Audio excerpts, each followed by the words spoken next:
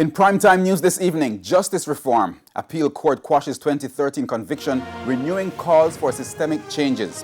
Attempted murder. Taxi driver beats and drives over colleague. He is now facing charges. Another shipment of COVID-19 vaccines arrives in Jamaica. And Jamaica's women seek semi-final spots in Olympic 400-meter hurdles. We'll have the races live. Good evening and welcome to Primetime News. We're live on air and online at onespotmedia.com. I'm Herman Green. Now also this evening, the Financial Week, Primetime Sports, Sports Commentary, E-Prime. And before the break, here is our feedback question. This evening we're asking, what are your views on the performance of Jamaican athletes so far at the Tokyo 2020 Olympics?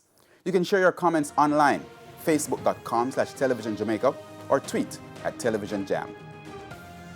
Please stay with us. Primetime News returns right after this break.